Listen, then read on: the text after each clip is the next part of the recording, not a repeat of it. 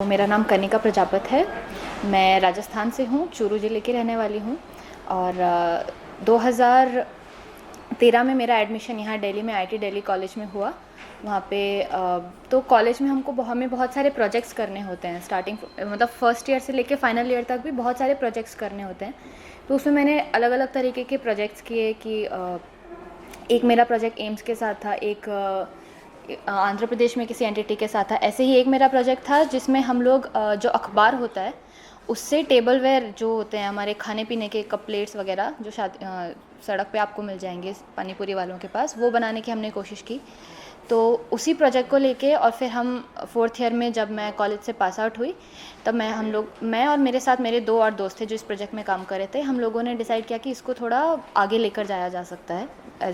इसका as a company हम लोग बना सकते हैं। 2013 में मेरा एडमिशन यहाँ आईटी दिल्ली कॉलेज में हुआ।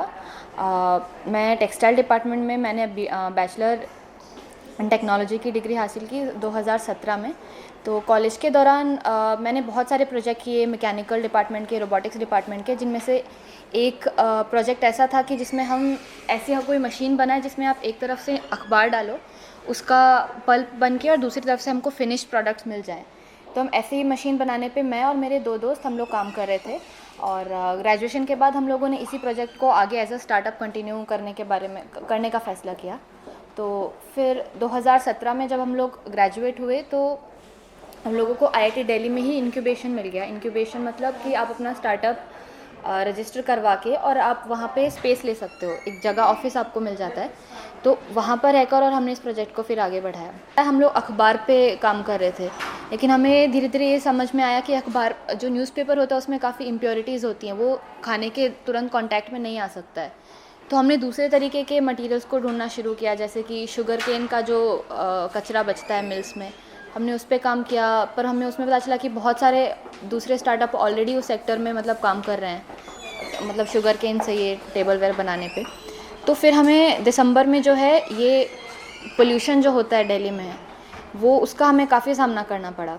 तो पूरे 2 महीने तक बहुत ज़्यादा मतलब दिल्ली की हवा एकदम पोल्यूटेड थी, बाहर जाना हमारा मुश्किल हो गया था। तब हमें इस बारे में पता चला कि जो पंजाब हरियाणा के जो किसान हैं वो लोग जो उनका राइस का दाना निकालने के बाद जो उनका कचरा बचता है उसको आग लगा देते हैं, जो कि कहा जाता है कि एक तरह से one of the main reason है इस पोल्यूशन के पीछे। तो फिर हमने सोचा कि क्यों ना हम उसी मटेरियल को उठा के उससे कुछ बनाने की हम लोग कोशिश करें। तो 2018 जनवरी से हम लोगों ने ये जो धान की पराली होती है इस पे काम करना शुरू किया। तो पूरे 2018 हमने एक साल में ऐसी टेक्नोलॉजी विकसित की जो कि इस पराली को पल्प में कन्वर्ट कर सके। पल्प होता है जिससे आपका ये कागज़ वगैरह बनता है, लुगदी जो होती है। तो टेक्नोलॉजी अब जो है जाके हमारी पूरी रेडी हुई है। अब हम लोगों ने एक छोटा सा यूनिट जो है आईटी दिल्ली में सेटअप किया हुआ है, आईटी दिल्ली के कैंपस में ही, वहीं पर हमारा ऑफिस है। और अब हम आगे कोशिश कर रहे हैं कि एक बड़ी यूनिट बिठाई जाए 5 टन पर डे की।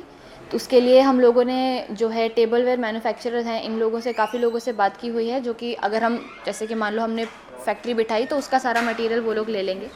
साथ ही साथ हम लोग पंजाब में कई और जो किसान ग्रुप्स हैं वगैरह उनसे भी बात कर रहे हैं कि उनके वहाँ पर अगर हम ये फैक्ट्री बिठाई जा सकती है। सबसे बड़ी समस्या जिसकी वजह से किसान जलाते हैं वो है कि सिर्फ 15 दिन का उन्हें समय मिलता है अपना खेत खाली करने के लिए, तो क्योंकि उनको अगली गेहूं की फसल उगानी होती है। तो जो 15 दिन का टाइम है, इतने कम टाइम में सारा का सारा पराली इकट्ठा करना ये सबसे बड़ा हमारे लिए चैलेंज रहा, क्योंकि इसमें जो मशीन वगैरह लगती हैं वो भी काफ़ी महंगी आती हैं। और उसके अलावा जो धान होता है उसमें काफ़ी ज़्यादा सिलिका पाया जाता है, जिसकी वजह से आप उनको ये गाय भैंस इन लोग इनको नहीं खिला सकते हो। तो ये एक प्रॉब्लम जो थी जो हमारी टेक्नोलॉजी विकसित करते टाइम भी आई कि हम उस सिलिका को किस तरीके से अलग करें। पर धीरे धीरे हमने वो सब किया आईटी दिल्ली में लैब्स वगैरह की हेल्प से। तो अभी तक हमने फंडिंग जितनी भी उठाई है वो गवर्नमेंट जो एजेंसीज़ होती हैं, जैसे आईटी कानपुर हो गया, आईटी दिल्ली हो गया, एमएसएमई डिपार्टमेंट हो गया, नीति आयोग हो गया, तो इन सब की तरफ से हमें ग्रांट्स और फंडिंग्स वगैरह भी मिली हुई हैं। और आगे जो 5 टन पर डे की यूनिट हम लोग लगाने वाले हैं उसके लिए हम लोग और भी 2-3 बड़े इन्वेस्टर से अभी बात कर रहे हैं। और उसके साथ साथ ही हम लोग मार्केट भी एक्सप्लोर कर रहे हैं कि जितना भी हम मटेरियल बनाएंगे वो सारा मार्केट में बिक जाए। तो जो मैंने आपको बताया 5 टन पर डे की यूनिट हम लगाने वाले हैं, ये हम लुधियाना में लगाने वाले हैं। तो वहाँ पे हमने कुछ अपने पार्टनर्स वगैरह से बात की हुई है, जो कि हमारी हेल्प करेंगे वहीं के लोगों को उस फैक्ट्री में हम लोग काम दिलवाने में, और वहीं के जो किसान हैं उनकी जो पराली है वो कंपनी में फैक्ट्री में एज अ रॉ मटेरियल हम लोग यूज़ करेंगे। फार्मर्स के लिए मैं यही कहना चाहूँगी कि जिस चीज़ को आप मानते हैं कि वो आपके लिए कचरा है, उसका कहीं और पे कहीं बहुत अच्छा यूज़ हो सकता है। तो आपको हमेशा सोचते रहना चाहिए कि उस कचरे का आप और क्या क्या कर सकते हैं, क्योंकि वो भी एक बहुत बड़ा वैल्यूबल मटेरियल है। भारत एक तरह से मतलब कृषि प्रधान देश है, तो वहाँ पे अगर इतनी फसल होती है तो उसके रेजिड्यू है वो भी एक बहुत हमारे लिए काम की चीज़ हो सकती है। आप हमारी वेबसाइट भी विज़िट कर सकते हैं kriyalabs.co.in। इसके अलावा हमारा फेसबुक पेज भी है, हमारी ईमेल आईडी भी है, वो सब आपको हमारी वेबसाइट पे मिल जाएगा। और जैसे ही लुधियाना में हमारी पहली यूनिट सेटअप होती है, हम खुद भी मतलब शहरों में जा के बताएंगे लोगों को कि अगर वो इंटरेस्टेड हैं तो उनके लिए हम काम कर सकते हैं। शुक्रिया बहुत।